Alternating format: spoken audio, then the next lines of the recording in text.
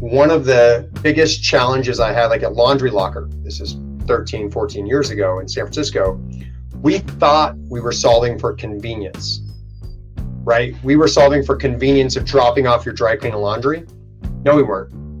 We were solving for trust of dropping off your stuff to us. The reality is that, we all have something to sell, right? Each one of us have something to sell, right? And I think it's, it's hypocritical. Certain things are like extreme behaviors. I get it, right? But at any given point, we also have to think like, if nobody would answer our emails, our text messages, or anything because they don't have the time, how can you network? How can you build anything meaningful? If I can make that connection, what may seem like a small, inconsequential introduction to someone, they will never forget that. 10 years later, 20 years later, they will say, I'll never forget the conversation I had. Here you go. There's another person that wants something. He wants some time from me, and I don't have the time. And then we'll all live like, isolated and alone, like very lonely. Hello, everyone, and welcome to our first office hours. Thank you for joining us today. Chris, how's it going? Always a great day in Atlanta here at Atlanta Tech Village. And it was a crazy week last week at Blueprint. Now just a ton of follow-up. So good to see you, my man. Did you have a good time last week? Good to see you too, buddy. Amazing conference, like extraordinary conference. I wanted to say that I was the most impressed, and I've been to quite a few conferences in my time, but Blueprint was off the charts. Like the opportunities for networking, the information that was disseminated out there, the roundtables, the panels, the trade show part. How about you, Chris? What was your take on a conference? For me, it's the connections, like seeing people in real life. I love in real life. I think especially in real estate, there's a lot of people I've gotten to know that just want to meet you face to face, understand you're a real person. We're dealing with real assets. I think a couple of things that I loved about Vegas and the Blueprint event was just diversity of perspective, unique. I talked to some owners and some investors and developers who shared what they like about these events is when there's people outside of their wheelhouse.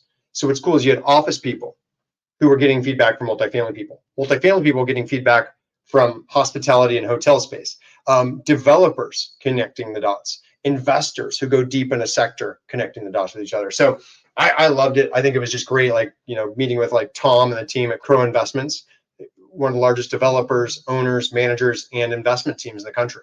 Right, and the innovation they're seeing. So I'm excited to see a lot of these videos that we created and a lot of the discussion. But yeah, looking forward to some of the questions today. So I wanted to ask you about your idea that you came up with to do the live on a trade show floor. I'm gonna give you.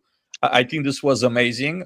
I haven't seen it done like you did it, and then you ended up broadcasting for 2 hours. Unfortunately, I had to run to my next event, so I was unable to join you for too long. But then you broadcasting for 2 hours continuously and like talking to people on the floor, that was an amazing thing to me to like watch afterwards. How did you come up with the idea?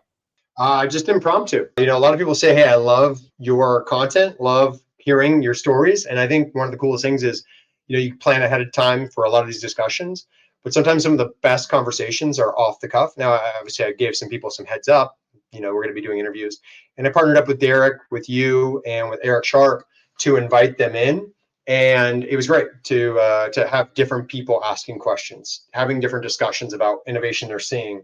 So that was fun. I think it was in the moment. I think, Vic, Martin, the whole team at Blueprint just do an absolute great job. This is my, I think they're 4 years in. I think this is my 3rd year.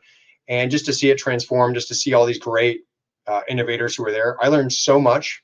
So it's really a cheat for me to be able to go and meet with these owners and innovators to share their stories. I think 2 people who stood out, Brad Hargraves, really enjoyed his sessions, his innovator stage presence. I really enjoyed, Brendan Wallace and the Fifth Wall climate event. Gavin and the team over at Prudence, solid work. You had the Tyler Ashby at Groundbreak Ventures and the Property Brothers with their new fund working on construction tech. You have Tigre out of Miami with PropTech Labs, investing early stage. The Atlanta Ventures team. Brian Dinner was out there looking at early stage technology and some of the things they're working on. So, and Tom Byrne at Crow. So the list goes on and on. Oh yeah, Mark Chrisman, got to call him out at 29th Street Capital out of Chicago. 15,000 units of multifamily and some office. And then you've got 5,000 units they're developing. And then they also invest early stage. So yeah, I absolutely loved it. Matt Knight, killer job. We interviewed him live. I think we had about 25 to 30 interviews, which is just really cool to get 2-minute to 5-minute interviews from people. And Matt Knight, he's leading the charge. One of the most selfless people I've gotten to meet in the industry, just always there to help, pay it forward, support others. He's been a great friend, but also a great mentor of mine. And he brings a unique skill set I don't have, some experience. And he runs one of the top programs for founders. That's a nonprofit with a job board. And then also, I know he's working on bringing a lot of investors together for some of the trade shows. Yeah, but I think one other person I'll call out is the Reach team. So Adrian, the Reach group, and I think you might have stopped by there. They have over almost 300 investments. And like Tyler, Bob, Ashley, David, just spoke to Peter earlier this morning from Australia. So really cool to see the innovation they get to see from around the world on all types of real estate. So those were some of my highlights, just very high level. But how about you? What were some of the things that stood out for you on the event? I was very surprised, and I'll say in a good way, in a positive way, to see a lot of technology that's not very mature, but the founders are putting the technology out there. They put it to the market. They want to test it. They want to get reactions from the public. I think this is a great thing, actually, because based on the feedback, you could go back to the drawing board and build a better product, or the final product, I should say. Even though they never final, right? They're always like work in progress. So I was very excited. I think that there's a lot of opportunity for new product to come into the market, even though one of the things that I've been talking about for the longest was, I think that we are drowning in technology, in tech, especially multifamily, right? So now I think companies are looking, how do we cut back? How do we decide what has to be a part of our tech stack? But even with that challenge, I'm glad to see, because the market does an amazing thing, right? Just kind of selects the best products out there and runs with them. So I'm very encouraged to see that the new product coming into the market, right, is going to go through the cycles, and then the best will win eventually. Also, I'm thinking, and this has nothing to do with Blueprint, but there was a post someone posted saying that there was a survey done at the site level with leasing agents, and they discovered that about 60% of the leasing agents' time is spent trying to help prospects and residents resolve technical issues, like navigate technology, how to log in, how to pay rent, whatever stuff they do online using technology. So in my mind, the first thought in my mind was, probably there's someone out there building an assistant, a AI profile that's kind of like an assistant body for the leasing agent, to pair them with an agent that's eventually going to take over what the leasing agent does today. And then also, next step in the process is going to be that AI is going to flag which is the tech that requires the most attention, demands most of its time. And then companies probably are going to look at it and say, if we had to spend so much time doing customer support on this particular piece of tech, maybe that piece of tech is not for us. I think that's going to be a process of elimination. First, building that AI that's going to give the leasing staff time in their day, back in their day. And the second thing will be based on the feedback and the data analytics that we get from our AI support. These are the pieces of tech that we should be actually vetting, looking at, are they really necessary for us? Is that better product out there? Which at the end of the day, that's part of how the market decides. It's just that in my mind, it's just amazing that AI is available right now, that it does a lot of the job that we humans can do as good of a job, right? In many ways, it extracts data, is very precise when it comes to data, and then it's not lying if it's programmed the right way. What are your thoughts on that, on this particular topic? I'm curious. Sorry, I had my mute on. A couple of things. I think number one is, I'm always thinking about how does innovation impact the industry right now versus long term. So I think one of the things you were pointing out last week is timelines and life cycles. How do you think about prioritizing technology? A lot of things were off the record last week. Most of the things were off the record. There were some things that were on stage and more public conversation. But without naming names, I think about one of the biggest challenges for founders and early stage companies is, how do I become a must-have right now versus a nice to have? And I think the conversation needs to be framed around, like, who is your, number one, your core ICP customer? And do you know them well enough? Do you know the conversations they're having and how you become that? And number two, what is it you're truly solving for? So I think that's something that comes up over and over again for me, Adrian, is are you actually solving for your customer what you think you're solving?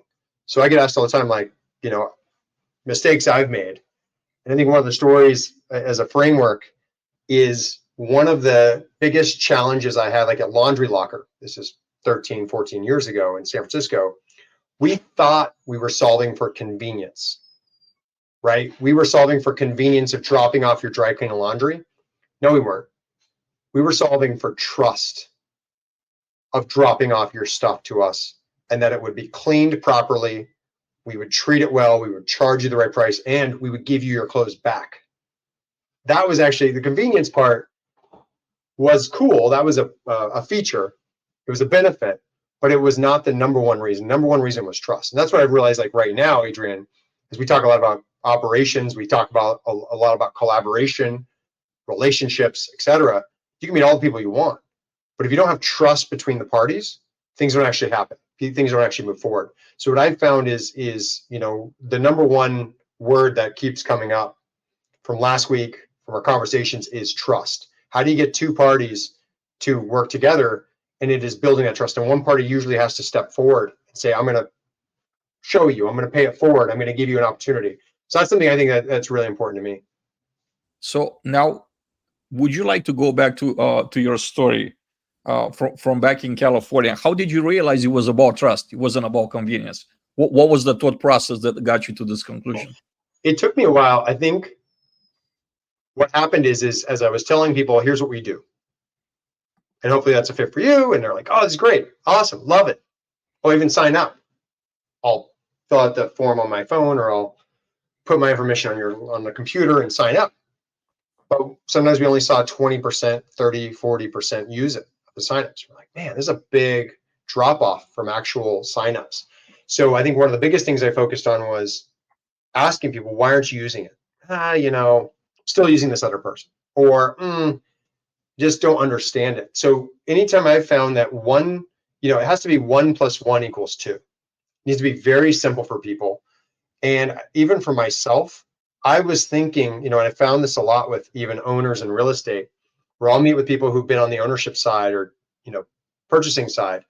And for years, they've always been pitched to. And when they switch to the opposite side, it's funny because they'll sometimes come off as just straight up pitching, right? Or straight up selling their concept. And what I realized for me, Adrian, was the biggest change I had to have was to start listening more. So how do I ask more questions? How do I ask people deliberately for feedback? And then how do I intentionally welcome that feedback and then give feedback to in the moment? So I tell people, hey, this is what I do. I'm bringing convenience to packages, or convenience to dry cleaning. Is this great? They're not going to tell me no. Or they might say they don't need it, but they're going to say, yeah, it's great. If I don't ask the right questions, which is oftentimes, what feedback do you have? Like, can I ask you for a favor? Could you help me make that statement better? Or is there a better question I should ask you? That's where I started seeing the big shifts for me, was as a founder and as a builder, and even as an investor. What are the questions I should be asking you that I'm not, right? And I think number two is asking someone if they will take action and by when. Like, what would need to happen to take action and by when? Because if you don't know those things, you're in maybe mode, right? So for me, it's always taking action. How do we work together? How do we work together if I'm selling a business, or if I'm an investor and going to cut a check? How do we work together to do that in venture capital? So I think time is always the dealer of most deals, but I would say that, as we were building our different companies, there were people who we would get happy ears. Oh, they loved it. Great demo, great conversation. And then 6 months later, you're still not working together. how do you solve for that? How do you also effective, like I tell founders all the time, or I tell an investor, hey, by the way, if we have an hour or we have half an hour on the calendar, if it's not a good fit, let's just end the call at 15 minutes and we can always meet up soon. There's some things I've learned. You How about mentioned you? you mentioned adoption rates. I want to ask you on adoption rates because you realized there were people signing up that weren't using the product. Long term, right? How crucial, how important are those adoption rates? Getting adoption rates versus just like getting people sign up, like getting people to actually use your product. Yeah. So I think there's two metrics. You can have endless metrics, but two key ones is of like, what's your conversion rate? So of your signups, whether it's online, through an event, et cetera, whatever it is, number of demos, going through your funnel, in Salesforce or your CRM. And then once they are a customer, what's that onboarding process look like? And number three is the churn. So what is your churn like? So at our companies, we actually had phenomenal churn numbers, like really great churn numbers. And they were very low. So often, I think in the early days, we were seeing 15 to 20% churn. And then we started going down to like 5%, 3%. And then we weren't losing, people were actually gaining. And then we had a net gain every single month, right? And so we were losing way fewer than we were gaining every month. I think the biggest thing, Adrian, for me was, how do you, as a founder and as a company, how do you get even narrower and narrower with your focus in the earliest days? Too many people try to go broad and wide, try to go after the ocean. How do you try and go after the most specific person who absolutely loves you? And I got to meet Brian Chesky from Airbnb back in like 2011, I think it was, with Reid Hoffman.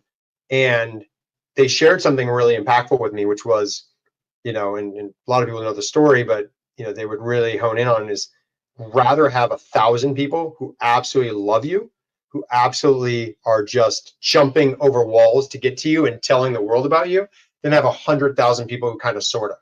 So how do we get to those 1,000 people or even those 100 people that are your core audience first, and then get, prepare those people, give them a great experience, and then share that with the world? I think that's really important. How do we get to that 1,000 people or 100 or 500, whatever the number is? It's different for every company. I think having a process, like I always think about a process, a framework. I always called it like the rule of five at a company. Some companies it's 5 people. Sometimes the decision makers are 2. Sometimes the decision makers are 15 or 20. And for large organizations, especially in multifamily or commercial real estate, there can be, you might win a deal with one company, and then to win a deal with the same company, you have to fly into another market, or fly into Seattle or Texas or Charleston or LA, or everyone's different. I'll never forget, like, we won some RFPs and we flew in. We're like, hey, we already have an agreement nationwide with you all. And they're like, that's great. We're starting fresh in this market. We don't really care what that other team did. And so that blew my mind, because I was used to national buying processes. I used to be a buyer for Macy's corporate department stores, and we tried to make everything corporatized, process driven. And some people just don't want to do that. So I think, how do you create process in your sales motions? How do you create process as an organization? And then how do you, I think, also leading without selling? I think some of the top conversations I had last week, Adrian, people were getting hundreds of emails, hundreds of requests for time, and they're just hitting spam. Some of the people on LinkedIn were just posting about getting spam. I get, for the last, I'm surprised people are just now getting them, but it's pretty easy actually with text message nowadays, because if you have an iPhone, it automatically allows you to hit spam. I'm getting just pinged with these politics companies. But, at the end of the day, what's great is, like, anybody can get my cell phone number. People already have my social security number. Like, everything's already been leaked from banking hacks, from all these companies that have all of our data, right? I think Wells Fargo, won't name any names, but some of these different companies have been hacked, and they give all your data out. So it's already out there on the internet. And so I always think about, like, how do you create I think a lot of people, for me, I've learned, how do you solve things? How do we take action? And then what's great is, like, I have an assistant. I have a full-time assistant who helps me. So he actually will help me when I have a challenge of saying, like, oh, Chris, here's how to solve this. Here's how to do this. So instead of me like complaining about it, like the text messaging, I saw the thing and I was like, okay, at a certain point, like, I realized, like, it's just like spam in emails or spam online, the ad blockers. So if I really care about it, I'm like, oh, I just pay Twitter $5 a month, or I pay for YouTube Prime, and to get those ad blockers. So the same thing with this industry. I think what I've found a lot of people do is they look for the people who add value to them. So how do we add value first? How do we support with nothing in return? And so one of the things, Adrian, like we just did a dinner in Atlanta, which is a blast. And I have dinners and happy hours. We have another happy hour coming up. We're going to be in Dana Point for the IMN event coming up. Did a dinner last week at Blueprint. And what I look to do is bring people together with no expectations of them buying something, but more or less having great conversations, connecting the dots between great innovators, and hopefully something comes of it. Hopefully someone finds value. And I think the coolest thing is, like, I think about impact and legacy, which you talk about a lot, is I've learned if I can make that connection, what may seem like a small, inconsequential introduction to someone or trying to remove a blocker from a founder, they will never forget that. 10 years later, 20 years later, they will say, I'll never forget the conversation I had. And I have so many of those in my life of people who've said, Chris, like said things to me, and I'll say, I'll never forget that person, like Steve Halsey, right? And impact he had on me. Maria Banks, right? Arik Levy, Vijay Patel. There's certain people, Adrian Danila, Tony Souza. All these people have left little marks on me.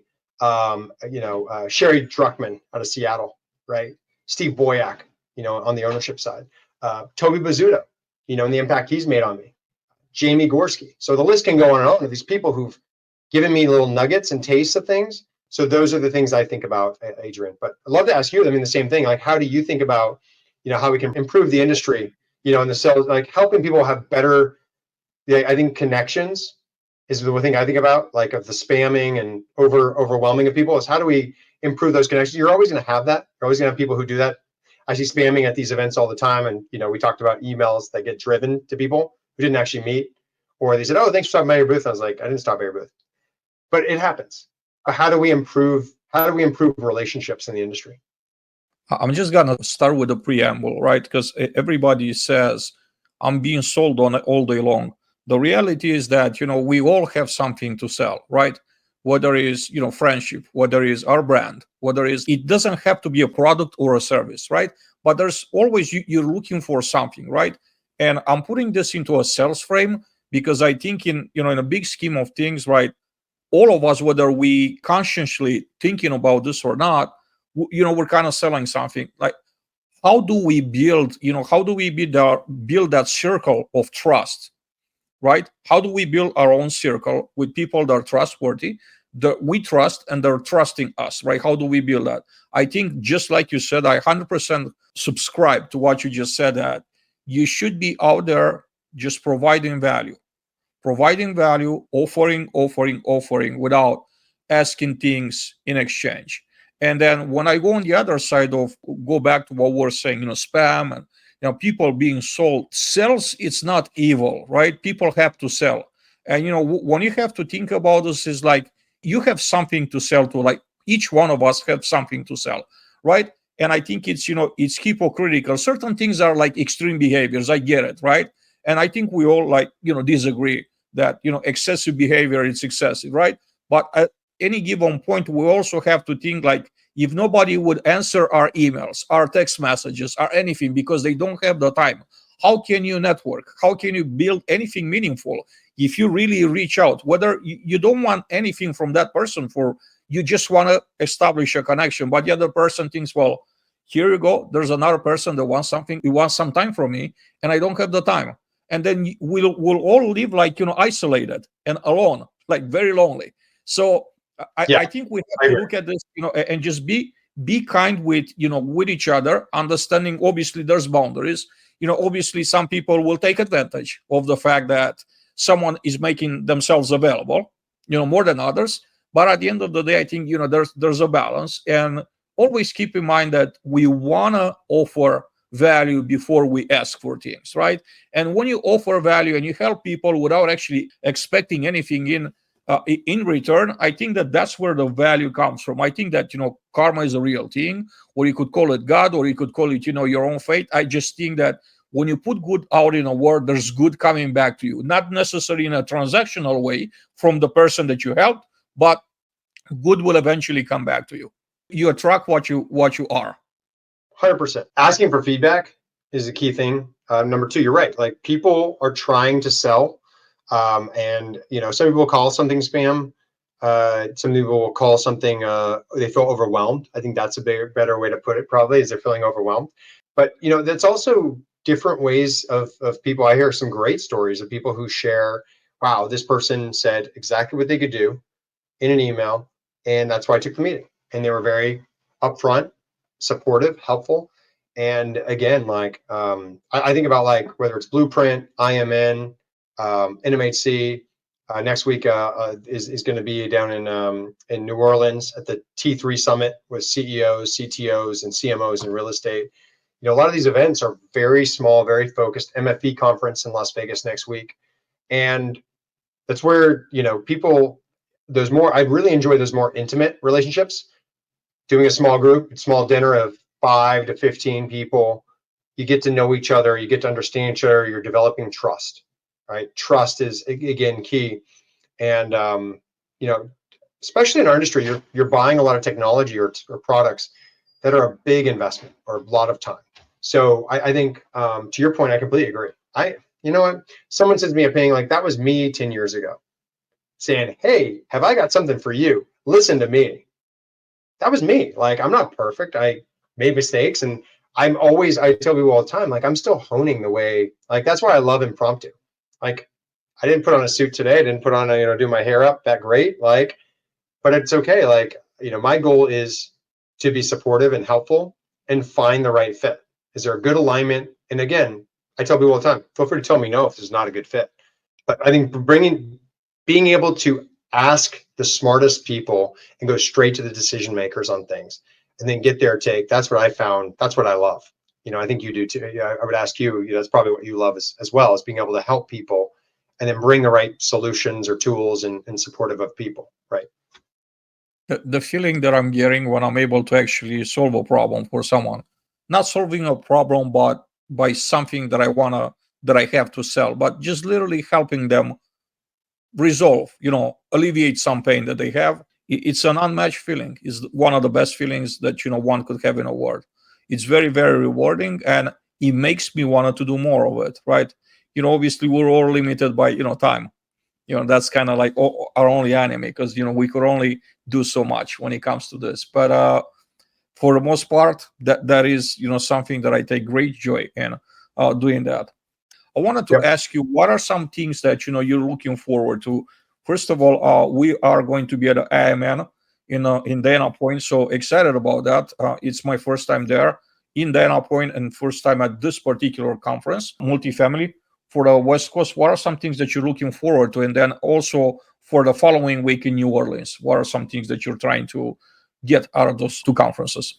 Yeah. So again, Blueprint, just phenomenal. The speakers, hearing thesis, and I love alternative viewpoints. So like we did the discussion with Derek, the PropTech Scout, and hearing his unique perspective. Next week, or this week I am in Dana Point. Looking forward to more developers, operators, investors get their viewpoints. So like seeing Bazzuto, seeing Goshen, seeing CityView, some of these different folks who have done thousands, if not tens of thousands of units at all different levels too. So I think perspective on student housing, workforce housing, affordable housing, high-end Class A, all the way to offices and mixed use. That's what I love seeing, is the unique perspectives, because there is no such thing. When someone says like, this is the way, I go, well, actually there could be 2 ways or 3 ways. It just really depends on your viewpoint. For some people will go institutional, some people will go family office, right? Some people take on a lot of debt and leverage, and some who don't. The same thing with innovation, technology. There's different ways to go. You got so I'm really excited about in Dana Point. Next week, seeing the folks at T3 Summit. This is my first time going. I'm really blown away by some of these CTOs who I've gotten to meet, who just, you sit with them and definitely off the radar conversations are off the record. And just so cool to hear what they've built, the innovation they're integrating, the challenges they're seeing on a daily basis, the large scale teams some of these folks have, and some of the people have no teams. They've completely outsourced. But it's really cool to see the dynamic perspective and how technical these CTOs are, but I really would call them founders, because they've founded companies, they've built companies. A lot of times they were acquired by the companies they work at. or bought out, and they are just in love with building and in love with other founders bringing them technology. So I love that.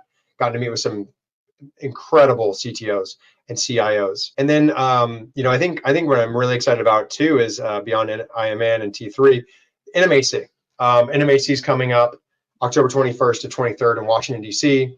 That's going to be just a extraordinary event this year, being able to see Sarah and Kevin and Sharon. Sharon just wrote a great article on LinkedIn about housing, and we need more housing and more government support of that housing. And it's not just about people, the American dream for some people is buying a home.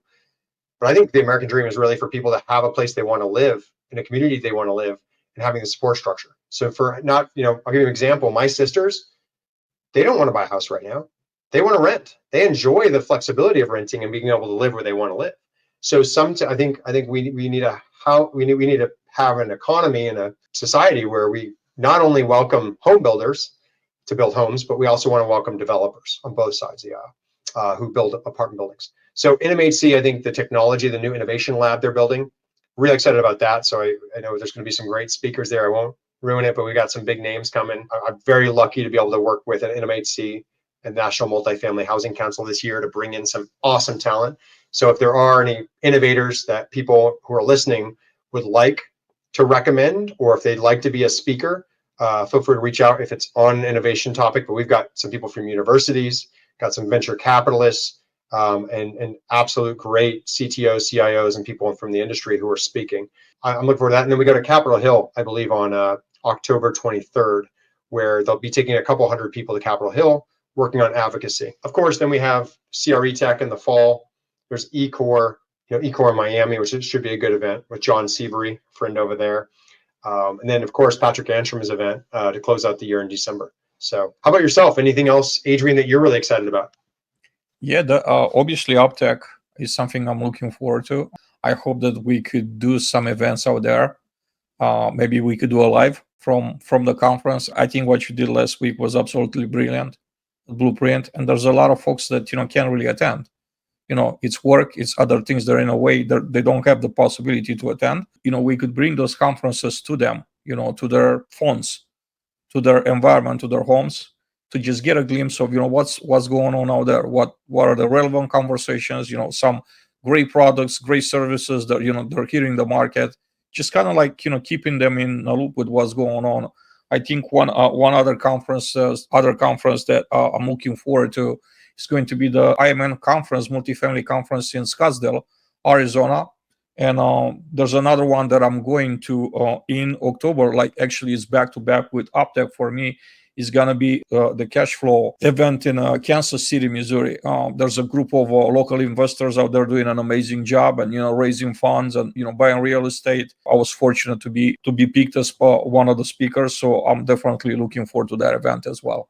Excited. It's going to be a good end of the year, and yeah, to your point, I'm excited to meet with people in real life. I know a lot of our friends are going to be in Arizona this week, which is great. They're all getting together tonight for those who are there. And then we'll be in Dana Point on Thursday. So anyone in Southern California who wants to get together, I know we'll be getting together on Thursday night. So yeah, excited to do these office hours, talk through things off the cuff between us. Maybe we'll do it twice a month. I think recapping some of the events, some of the questions we get asked by people a lot. And then, we'll continue to do our weekly podcasts every Thursday, and awesome work. I'm really excited to have Jay Parsons from Madeira come to be a speaker. Yeah, I'm super excited. I'm already in my mind, the wheels are turning, actually spinning more like, because I have like already 50 questions for Jay. His take on the industry, on the markets, his analytic mind, and very, very structured. It's amazing. We're very fortunate to have him. Everybody, if you're watching us, October 10, 3 p.m. Eastern time, mark your calendars. We want to make this a very meaningful conversation with Jay Parsons. I think you all know him. He doesn't need any type of introduction. And like you said, Chris, shout out to our friends. I just happened to see like a minute before we went live, Tony Souza was saying, wheels down. So Tony's in the house. You all keep an eye on him. He's going to be at the event, the networking event tonight, along with many other amazing names, right? We look forward to see footage, to see videos, to see, what great things are happening in Phoenix. And, Chris and I are a little bit jealous that we're not there. We couldn't make it there too. But very excited. for the group. Yeah. Yeah, we're very excited for you all. We hope that you all have an amazing time. We'll see you, Chris, maybe in a couple of weeks, 2-3 weeks. Again, we're doing another. Well, we'll be back. But what's the date of the podcast so people can put on their calendar right now? The next October podcast. 10. Yeah. It's October 10, Okay. and I'm thinking What time? maybe 3 p.m. Yeah, 3 p.m. Eastern. So Perfect. I'm thinking maybe for the next office hours, we invite someone for like 10-15 minutes to join us. So we hang out, we'll bring a guest maybe for a few minutes. Yeah, it's perfect. I love it. Yep. Well, everybody, we thank you so much for being with us today. Another great chat, great catching up with you, Chris. See you no later than tomorrow. Sounds good. Awesome. Thanks, everyone. Have a great day. See you soon. Have a great day.